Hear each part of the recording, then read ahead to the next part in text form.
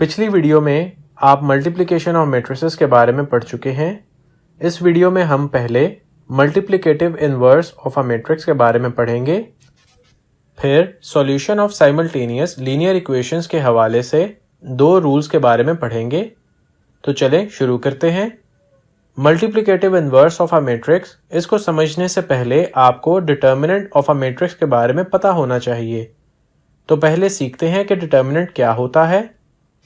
Determinant of matrices part 1। इस topic में हम डिटर्मिनेंट का इंट्रोडक्शन देखेंगे, जिसमें हम ये देखेंगे कि डिटर्मिनेंट को किस तरह रिप्रेजेंट किया जाता है और किस तरह मैट्रिसेस का डिटर्मिनेंट मालूम किया जाता है। डिटर्मिनेंट का टॉपिक मैट्रिसेस के टॉपिक में एक मोस्ट इम्पॉर्टेंट टॉपिक है। अब फर्ज करें कि अगर हमारे पास एक मैट्रिक्स A है तो इसके डिटर्मिनेंट को इस शक्ल में रिप्रेजेंट किया जाता है, जिसमें मैट्रिक्स A के एलिमेंट्स को दो बार्स की शक्ल में लिखा जाता है। इस तरीके को मैट्रिक्स A का डिटर्मिनेंट लिखने का तरीका कहा जाता है। यहाँ पर ये बात याद रहे कि मैट्रिक्स के डिटर्मिनेंट से हासिल होने वाली वैल्यू कोई एब्सोल्यूट वैल्यू नहीं होती, जबकि मैट्रिसेस के डिटर्मिनेंट से हासिल होने वाली वैल्यू कोई सा भी यूनिक नंबर हो सकता है, जिसे हम आसानी से कैलकुलेट कर सकते हैं। अब फर्ज करें कि अगर हमारे पास एक मैट्रिक्स A है तो इसको इस शक्ल में लिखा जाएगा, जिसे हम इसका डिटर्मिनेंट मालूम कर सकते हैं, जिसमें मैट्रिक्स A के एलिमेंट्स को दो बार्स की शक्ल में लिखा जाएगा। अब हम देखते हैं कि मैट्रिसेस के डिटर्मिनेंट की एप्लीकेशंस क्या हैं। नंबर 1, मैट्रिसेस का डिटर्मिनेंट एरिया ऑफ ट्राइंगल मालूम करने के लिए इस्तेमाल किया जाता है। नंबर 2, किसी भी मैट्रिसेस का इन्वर्स मालूम करने के लिए मैट्रिसेस का डिटर्मिनेंट लिया जाता है। और नंबर 3, मैट्रिसेस का डिटर्मिनेंट लीनियर इक्वेशन में यूज किया जाता है। यहाँ पर यह बात ज़हन नशीन कर लीजिए कि मैट्रिसेस का डिटर्मिनेंट हमेशा स्क्वायर मैट्रिसेस पर अप्लाई होता है। स्क्वायर मैट्रिसेस से मुराद वो मैट्रिसेस हैं जो 1/1 की शक्ल में हो, 2/2 की शक्ल में हो, 3/3 या इसी तरह मजीद स्क्वायर मैट्रिसेस की शक्ल में हो, उन पर मैट्रिसेस का डिटर्मिनेंट अप्लाई किया जाता है। अब हम देखेंगे कि किस तरह मैट्रिसेस का डिटर्मिनेंट मालूम किया जाता है। मिसाल के तौर पर हमारे पास एक मैट्रिक्स A है जिसमें सिंगल एलिमेंट 2 है। इस मैट्रिक्स का ऑर्डर 1/1 है, क्योंकि इसमें एक रो और एक कॉलम है। इस मैट्रिक्स के डिटर्मिनेंट को हम बार्स के थ्रू इस तरह रिप्रेजेंट करेंगे। चूंकि इस मैट्रिक्स का ऑर्डर 1/1 है और इसमें सिंगल एलिमेंट 2 है, लिहाजा इसका डिटर्मिनेंट 2 ही होगा। So 2 is a determinant of matrix A। अब हम एक और एग्जांपल देखते हैं जिसमें हमारे पास मैट्रिक्स B है और इसमें भी सिंगल एलिमेंट -1 है। इस मैट्रिक्स के डिटर्मिनेंट को हम इस तरह बार्स के थ्रू रिप्रेजेंट करेंगे।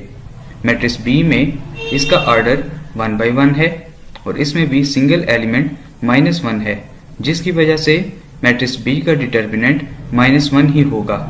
So -1 is a determinant of matrix B। अब हम देखते हैं कि वो मैट्रिक्स जिसमें दो रोज और दो कॉलम्स हों, उसकी सूरत में डिटर्मिनेंट लेने का क्या तरीका होता है। मिसाल के तौर पर हमारे पास ये एक मैट्रिक्स X है जिसमें दो रोज और दो कॉलम्स हैं। इसमें 4 एलिमेंट्स हैं और इस मैट्रिक्स का डिटर्मिनेंट हम देखेंगे कि किस तरह मालूम किया जाता है। मैट्रिक्स X में इसका ऑर्डर 2/2 है और मैट्रिक्स X का डिटर्मिनेंट लेने के लिए हमें पहले AD को आपस में मल्टीप्लाई करना होगा। इसके दरमियान में माइनस का साइन आएगा और इसके बाद BC को आपस में मल्टीप्लाई किया जाएगा, जिससे हमें ये एक इक्वेशन हासिल हो जाएगी और ये इक्वेशन हमें मैट्रिक्स X का डिटर्मिनेंट बताएगी। अब हम देखेंगे कि नंबर्स की सूरत में डिटर्मिनेंट किस तरह लिया जाता है। मिसाल के तौर पर हमारे पास ये एक मैट्रिक्स C है और अब हम देखेंगे कि किस तरह इसका डिटर्मिनेंट हम ले सकते हैं। इसका डिटर्मिनेंट लेने के लिए हमें पहले 1, 3 को आपस में मल्टीप्लाई करना होगा। इसके बीच में माइनस का साइन आएगा और इसके बाद 2 और -1 को आपस में मल्टीप्लाई किया जाएगा, जिससे हमें ये एक इक्वेशन हासिल हो जाएगी। और जब हम इस इक्वेशन को सिंप्लीफाई करेंगे तो हमें ये एक इक्वेशन हासिल होगी और इस इक्वेशन को फर्दर सिंप्लीफाई करने से हमें ये एक रिजल्टेंट डिटर्मिनेंट हासिल हो जाएगा, जो कि कुछ और नहीं बल्कि मैट्रिक्स C का डिटर्मिनेंट होगा। सो इस केस में मैट्रिक्स C का डिटर्मिनेंट 5 है। अब हम एक और एग्जांपल लेते हैं और देखते हैं कि किस तरह उस मैट्रिक्स का डिटर्मिनेंट मालूम किया जाएगा। मिसाल के तौर पर हमारे पास मैट्रिक्स D है। अब इस एग्जांपल में मैं आपको इस बात पर इंकरेज करूंगा कि आप वीडियो को पॉज करें और देखें कि किस तरह मैट्रिक्स D का डिटर्मिनेंट मालूम किया जाता है।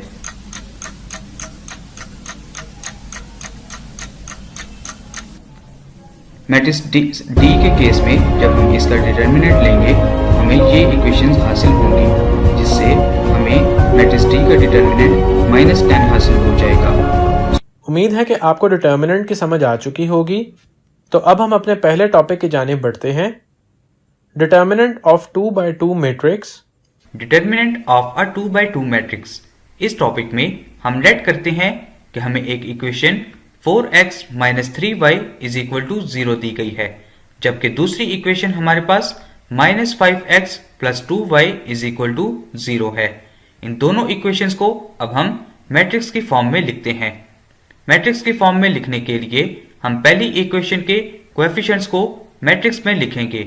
इसके बाद दूसरी इक्वेशन के कोएफिशिएंट्स को भी मैट्रिक्स में लिखा जाएगा, जिससे हमें ये एक मैट्रिक्स हासिल होगी। इस मैट्रिक्स को हम मैट्रिक्स A का नाम देते हैं और अब हम इस मैट्रिक्स का डिटर्मिनेंट फाइंड करेंगे। डिटर्मिनेंट लेने के लिए सबसे पहले एलिमेंट्स ऑफ लीडिंग डायगोनल यानी 4 और 2 का प्रोडक्ट लिया जाएगा, दरमियान में माइनस का साइन आएगा। इसके बाद elements of non leading diagonals यानी -3 और -5 का प्रोडक्ट लिया जाएगा, -7 हासिल हो जाएगा। क्या आप जानते हैं कि एक मैट्रिक्स कब सिंगुलर होता है? इस कॉन्सेप्ट को हम एक वीडियो से समझते हैं। Singular and non singular matrices. इस टॉपिक में मैं सबसे पहले आपको एक रूल बताना चाहता हूं।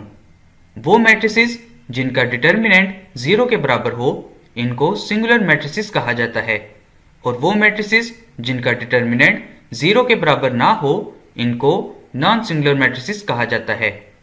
अब हम एक एग्जाम्पल कंसिडर करते हैं जिसमें हमें मैट्रिक्स A दी गई है। हम देखेंगे कि क्या मैट्रिक्स A सिंगुलर मैट्रिक्स है या नॉन सिंगुलर मैट्रिक्स है। इसके लिए हमें मैट्रिक्स A का डिटर्मिनेंट फाइंड करना होगा। डिटर्मिनेंट लेने के लिए हम सबसे पहले 2 और -3 को आपस में मल्टीप्लाई करेंगे। इसके बाद 1 और -1 को आपस में मल्टीप्लाई किया जाएगा, जिससे हमें मैट्रिक्स A का डिटर्मिनेंट -5 हासिल होगा, जो कि आप देख सकते हैं कि 0 के बराबर नहीं है, जिसकी वजह से matrix A non singular matrix है। अब हम एक और एग्जाम्पल कंसिडर करते हैं जिसमें हमें मैट्रिक्स B दी गई है। इस एग्जाम्पल में भी हम ये देखेंगे कि क्या मैट्रिक्स B सिंगुलर मैट्रिक्स है या नॉन सिंगुलर मैट्रिक्स है। इसके लिए हमें मैट्रिक्स B का डिटर्मिनेंट फाइंड करना होगा। डिटर्मिनेंट लेने के लिए हम 1 और 8 को आपस में मल्टीप्लाई करेंगे। इसके बाद 4 और 2 को आपस में मल्टीप्लाई किया जाएगा, जिससे हमें मैट्रिक्स B का डिटर्मिनेंट 0 हासिल होगा, जो कि आप क्लियरली देख सकते हैं कि 0 के बराबर है, जिसकी वजह से हमारी मैट्रिक्स B सिंगुलर मैट्रिक्स है। आप इनसे रिलेटेड सवालों की प्रैक्टिस करें। हम मिलते हैं एक ब्रेक के बाद। हमारा अगला टॉपिक है एडजॉइंट ऑफ अ मैट्रिक्स। इस टॉपिक में हम एडजॉइंट फाइंड करने के 2 मेथड्स को डिस्कस करेंगे। सबसे पहले हम फर्स्ट मेथड डिस्कस करते हैं, जिसके 2 स्टेप्स हैं। फर्स्ट स्टेप में हम मैट्रिक्स में मौजूद कॉरेस्पॉन्डिंग एलिमेंट्स के कोफैक्टर्स को फाइंड करेंगे, जबकि सेकंड स्टेप में हम कोफैक्टर मैट्रिक्स के ट्रांसपोज को फाइंड करेंगे, जहां से हमें मैट्रिक्स का एडजॉइंट मालूम हो जाएगा। सपोज कीजिए कि हमें मैट्रिक्स A दी गई है और हमें इसके कोफैक्टर्स को फाइंड करना है। कोफैक्टर्स को फाइंड करने के लिए एक फार्मूला होता है। वो फार्मूला ये है। यहाँ पर R से मुराद रो है, जबकि C से मुराद कॉलम है, और माइनर से मुराद इस सिचुएशन में 6 है। अब हम इस मैट्रिक्स में 1th कोफैक्टर को फाइंड करते हैं, जिसके लिए फार्मूला अप्लाई किया जाएगा। 1 से मुराद फर्स्ट रो है, जबकि इस 1 से मुराद फर्स्ट कॉलम है, और माइनर हमारे पास इस सिचुएशन में 6 है। वैल्यूज को फार्मूले में पुट किया जाएगा, जहां से हमें 1/1 कोफैक्टर 6 हासिल हो जाएगा। अब हम 1/2 कोफैक्टर को फाइंड करते हैं, जिसके लिए अगेन फॉर्मूला अप्लाई किया जाएगा। यहाँ पर 1 से मुराद फर्स्ट रो है, जबकि 2 से मुराद सेकंड कॉलम है और माइनर हमारे पास इस सिचुएशन में 3 होगा। वैल्यूज को फॉर्मूले में पुट किया जाएगा, जहां से हमें 1/2 कोफैक्टर -3 हासिल होगा। इसी तरह फॉर्मूले को अगेन अप्लाई करते हुए कोफैक्टर 2/1 हमारे पास -5 होगा, जबकि कोफैक्टर 2/2 हमारे पास 2 होगा। इन तमाम कोफैक्टर्स को अब एक कोफैक्टर मैट्रिक्स में पुट किया जाएगा। अब हम सेकंड स्टेप को देखते हैं, जिसमें हम कोफैक्टर मैट्रिक्स के ट्रांसपोज को फाइंड करेंगे। ये हमारे पास कोफैक्टर मैट्रिक्स है और हमें इसका ट्रांसपोज फाइंड करना है। ट्रांसपोज लेने के लिए हमें फर्स्ट रो को कॉलम में चेंज करना होगा, जबकि सेकंड रो को भी कॉलम में चेंज कर दिया जाएगा, जिससे हमें एडजॉइंट ऑफ मैट्रिक्स ए हासिल हो जाएगा। अब हम सेकंड मेथड को डिस्कस करते हैं। सेकंड मेथड के लिए सपोज कीजिए कि हमें एक मैट्रिक्स बी दी गई है। अगर हम 2 और 6 की जगह को चेंज कर दें और -5 और 3 के साइंस को चेंज कर दें, तो हमें एडजॉइंट ऑफ मैट्रिक्स बी हासिल हो जाता है। यहां पर एक बात नोट कर लीजिए कि सेकंड मेथड हमेशा 2x2 मैट्रिसेस पर अप्लाई किया जाता है। एडजॉइंट को समझने के बाद हम मैट्रिक्स का इनवर्स एडजॉइंट की मदद से निकालते हैं। Inverse of a matrix using adjoint. इस टॉपिक को समझने से पहले मैं आपको एक रूल बताना चाहता हूं। एडजॉइंट हमेशा नॉन सिंगुलर मैट्रिसेस का लिया जाता है। वो मैट्रिक्स जिसका डिटर्मिनेंट 0 के बराबर हो, इसको सिंगुलर मैट्रिक्स कहा जाता है, और वो मैट्रिक्स जिसका डिटर्मिनेंट 0 के बराबर ना हो, इसको नॉन सिंगुलर मैट्रिक्स कहा जाता है।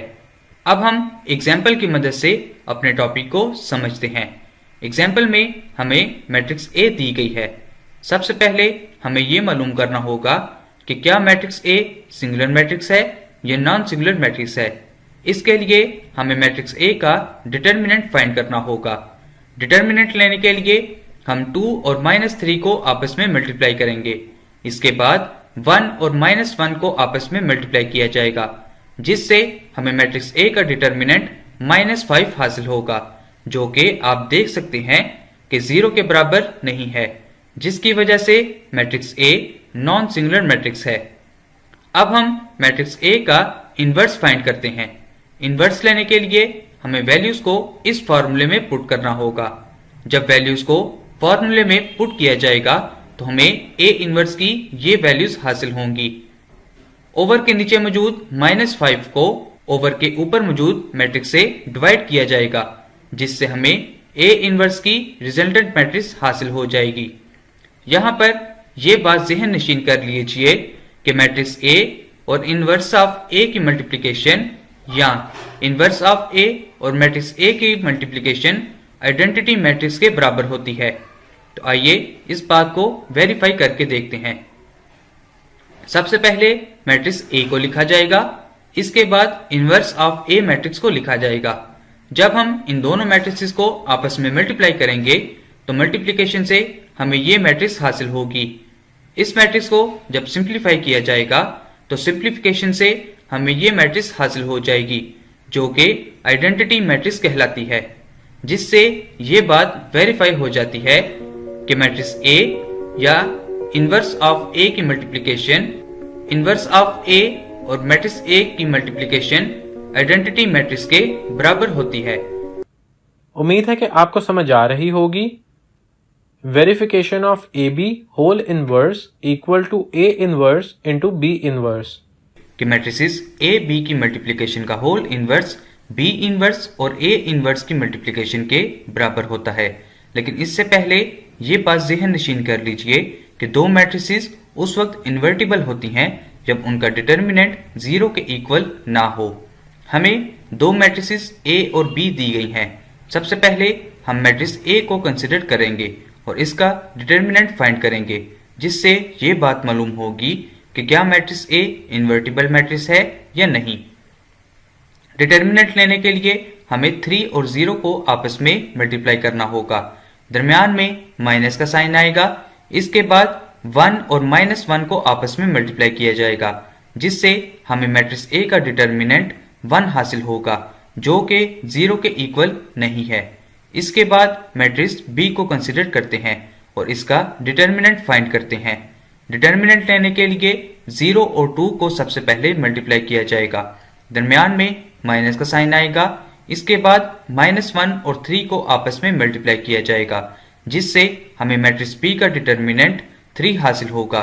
ये डिटर्मिनेंट भी 0 के इक्वल नहीं है, जिसकी वजह से ये दोनों मैट्रिसेस इन्वर्टिबल मैट्रिसेस हैं। अब हम ए बी मैट्रिक्स की मल्टीप्लिकेशन का होल इनवर्स सबसे पहले कंसिडर करते हैं, जो कि हमारी लेफ्ट हैंड साइड पर मौजूद है। लेफ्ट हैंड साइड में जब मैट्रिसेस को पुट किया जाएगा तो हमें ये मैट्रिसेस हासिल होंगी। दोनों मैट्रिसेस को आपस में मल्टीप्लाई किया जाएगा, जिससे हमें ए बी की रिजल्टेंट मैट्रिक्स हासिल होगी। इस रिजल्टेंट मैट्रिक्स पर इनवर्स का फार्मूला अप्लाई किया जाएगा। फार्मूले में जब वैल्यूज को पुट किया जाएगा तो हमें ये वैल्यूज हासिल होंगी, जिनको सिंप्लीफाई करने से हमें लेफ्ट हैंड साइड की रिजल्टेंट मैट्रिक्स हासिल हो जाएगी। अब हम राइट हैंड साइड को कंसिडर करते हैं। राइट हैंड साइड में सबसे पहले बी इनवर्स फाइंड किया जाएगा, जिस पर इनवर्स का फार्मूला अप्लाई करने से हमें बी इनवर्स की रिजल्टेंट मैट्रिक्स हासिल हो जाएगी। इसके बाद ए इनवर्स फाइंड किया जाएगा। इस पर भी इनवर्स का फार्मूला अप्लाई किया जाएगा, जिससे हमें ए इनवर्स की रिजल्टेंट मैट्रिक्स हासिल होगी। इन दोनों मैट्रिसेस को अगेन आपस में मल्टीप्लाई किया जाएगा। मल्टीप्लिकेशन के नतीजे में हमें राइट हैंड साइड की रिजल्टेंट मैट्रिक्स हासिल हो जाएगी। अब अगर हम दोनों साइड की मैट्रिसेस को आपस में कंपेयर करें तो हम देख रहे हैं कि ये दोनों मैट्रिसेस आपस में बराबर हैं, जिसकी वजह से ये बात वेरीफाई हो जाती है कि मैट्रिसेस ए बी की मल्टीप्लिकेशन का होल इनवर्स बी इनवर्स और ए इनवर्स की मल्टीप्लिकेशन के बराबर होता है। आप इनसे रिलेटेड सवालों की प्रैक्टिस करें। हम मिलते हैं एक ब्रेक के बाद। अब हम साइमल्टेनियस लीनियर इक्वेशन के सॉल्यूशन को डिस्कस करते हैं। इनको हम दो तरीके से हल कर सकते हैं। पहला तरीका है मैट्रिक्स इन्वर्जन मेथड, दूसरा तरीका है Cramer's rule. Solution of simultaneous linear equations by matrix inversion method. Let कीजिए कि हमारे पास एक इक्वेशन 3x - 4y = 4 है, जबकि दूसरी इक्वेशन हमें x + 2y = 8 दी गई है। इन दोनों इक्वेशंस को अब हम सबसे पहले मैट्रिक्स की फॉर्म में लिखेंगे, जिसके लिए हमें इनके कोएफिशिएंट्स को एक अलहदा मैट्रिक्स में लिखना होगा। वेरिएबल x और y को एक अलहदा मैट्रिक्स में लिखा जाएगा, जबकि = की दूसरी जारी मौजूद 4 और 8 को एक अलहदा मैट्रिक्स में लिखा जाएगा। इस मैट्रिक्स को हम मैट्रिक्स A कहेंगे। इस मैट्रिक्स को मैट्रिक्स X कहा जाएगा, जबकि इस मैट्रिक्स को हम मैट्रिक्स B का नाम देंगे। इस इक्वेशन को अब हम बोथ साइड्स पर A इनवर्स से मल्टीप्लाई करेंगे, जिससे हमें ये वैल्यूज हासिल होंगी। इन वैल्यूज को जब सिंप्लीफाई किया जाएगा तो हमें ये रिजल्टेंट वैल्यू हासिल हो जाएगी, जिसमें A इनवर्स की वैल्यू को पुट किया जाएगा, जिससे हमें ये वैल्यूज हासिल हो जाएंगी।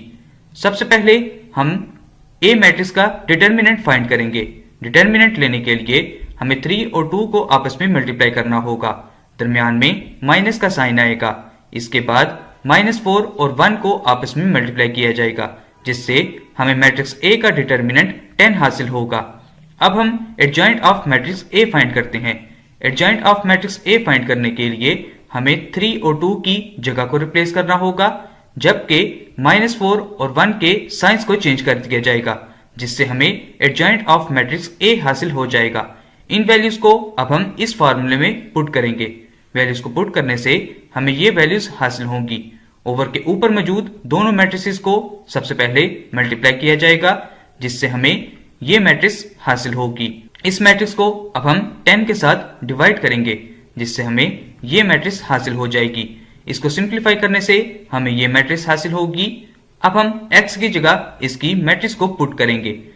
इन दोनों मैट्रिसेस को आपस में कंपेयर करने से हमें x की वैल्यू 4 हासिल होगी, जबकि y की वैल्यू हमें 2 हासिल होगी, जो कि हमारी रिजल्टेंट वैल्यूज होंगी। आज हम डिस्कस कर रहे हैं क्रैमर रूल। क्रैमर रूल को समझने के लिए हमें दो इक्वेशंस को लेट करना होगा। सबसे पहली इक्वेशन है ax plus by is equal to m, दूसरी इक्वेशन है cx plus dy is equal to n। इन दोनों इक्वेशंस को मैट्रिसेस की शक्ल में कुछ इस तरह लिखा जाएगा। फर्स्ट इक्वेशन में मौजूद ए बी को मैट्रिक्स ए की फर्स्ट रो में लिखा जाएगा, सी डी को मैट्रिक्स ए की दूसरी रो में लिखा जाएगा। वेरिएबल्स x और y को मैट्रिक्स B में लिखा जाएगा, जबकि एलिमेंट्स m और n को मैट्रिक्स C में लिखा जाएगा। इन तीनों मैट्रिसेस को क्रैमर रूल की शक्ल में इस तरह लिखा जाएगा। इस इक्वेशन में मौजूद a को जब इज इक्वल टू की दूसरी साइड पर लेकर जाया जाएगा तो हमें ये इक्वेशन हासिल होगी, और इस इक्वेशन में जब a इनवर्स की वैल्यू को पुट किया जाएगा तो हमें ये इक्वेशन हासिल हो जाएगी। इस इक्वेशन में जब वैल्यूज को हम पुट करेंगे तो हमें ये इक्वेशन हासिल होगी। यहाँ पर हम सबसे पहले ओवर के ऊपर मौजूद दोनों मैट्रिसेस को मल्टीप्लाई करके सॉल्व करेंगे। मल्टीप्लिकेशन के नतीजे में हमें ये मैट्रिक्स हासिल होगी। ओवर के नीचे मौजूद डिटर्मिनेंट ऑफ ए को जब ओवर के ऊपर लेकर जाया जाएगा तो हमें ये मैट्रिक्स हासिल हो जाएगी। इस इक्वेशन से हमें x की वैल्यू ये हासिल होगी, जिसे हम इस शक्ल में भी लिख सकते हैं। यहां से हमें डिटर्मिनेंट ऑफ ax की ये वैल्यू हासिल होगी। इसी तरह हमें y की वैल्यू ये हासिल होगी, जिसे हम इस शक्ल में भी लिख सकते हैं। यहां से हमें डिटर्मिनेंट ऑफ ay की ये मैट्रिक्स हासिल होगी। अब हम क्रैमर रूल को मजीद आसान तरीके से समझने के लिए एक एग्जाम्पल को कंसिडर करते हैं। एग्जाम्पल में हमें सबसे पहले एक इक्वेशन दी गई है जो कि 3x minus 2y is equal to 1 है, और दूसरी equation minus 2x plus 3y is equal to 2 है। इन दोनों इक्वेशंस को मैट्रिसेस की शक्ल में इस तरह लिखा जाएगा। इन मैट्रिसेस से हमें ax की वैल्यू ये हासिल होगी, जहां पर 1 और 2 हमें मैट्रिक्स C से हासिल होंगे, माइनस 2 और 3 मैट्रिक्स A के दूसरे कॉलम से हासिल होंगे। इसी तरह हमें ay की वैल्यू ये हासिल होगी। इस मैट्रिक्स में 3 और माइनस 2 हमें मैट्रिक्स A के फर्स्ट कॉलम से हासिल होंगे, जबकि 1 और 2 मैट्रिक्स C से हासिल होंगे। यहाँ पर एक बात ज़हन नशीन कर लीजिए कि वो मैट्रिसेस जिनका डिटर्मिनेंट 0 के इक्वल हो इनको सिंगुलर मैट्रिसेस कहा जाता है, और वो मैट्रिसेस जिनका डिटर्मिनेंट 0 के इक्वल ना हो इनको नॉन सिंगुलर मैट्रिसेस कहा जाता है। और क्रैमर रूल हमेशा नॉन सिंगुलर मैट्रिसेस पर अप्लाई किया जाता है। अब हम एग्जाम्पल की जानिब दोबारा चलते हैं। अब हम a का डिटर्मिनेंट लेंगे। डिटर्मिनेंट लेने के लिए हमें सबसे पहले 3 और 3 को आपस में मल्टीप्लाई करना होगा। इसके बाद माइनस 2 और माइनस 2 को आपस में मल्टीप्लाई किया जाएगा। इन एलिमेंट्स को सिंप्लीफाई करने से हमें ये एलिमेंट्स हासिल होंगे, जिनको जब मजीद सिंप्लीफाई किया जाएगा तो हमें ये एलिमेंट हासिल हो जाएगा जो कि 0 के इक्वल नहीं है, और इस एलिमेंट को हम डिटर्मिनेंट ऑफ a कहेंगे। अब हम x की वैल्यू फाइंड करने के लिए वैल्यूज को इस फॉर्मूले में पुट करेंगे। वैल्यूज को जब पुट किया जाएगा तो हमें ये इक्वेशन हासिल होगी, जहां से हमें x की वैल्यू 7/5 हासिल हो जाएगी। इसी तरह y की वैल्यू फाइंड करने के लिए वैल्यूज को इस फार्मूले में पुट किया जाएगा। वैल्यूज को पुट करने के बाद हमें ये इक्वेशन हासिल होगी, जिसको जब सिंप्लीफाई किया जाएगा तो हमें y की वैल्यू 8/5 हासिल हो जाएगी। So this is the lesson of this session. आपने सब कॉन्सेप्ट्स अच्छे से समझ लिए होंगे। अब आप इनकी प्रैक्टिस करें। हम मिलते हैं अगले लेक्चर में। तब तक के लिए अल्लाह हाफिज।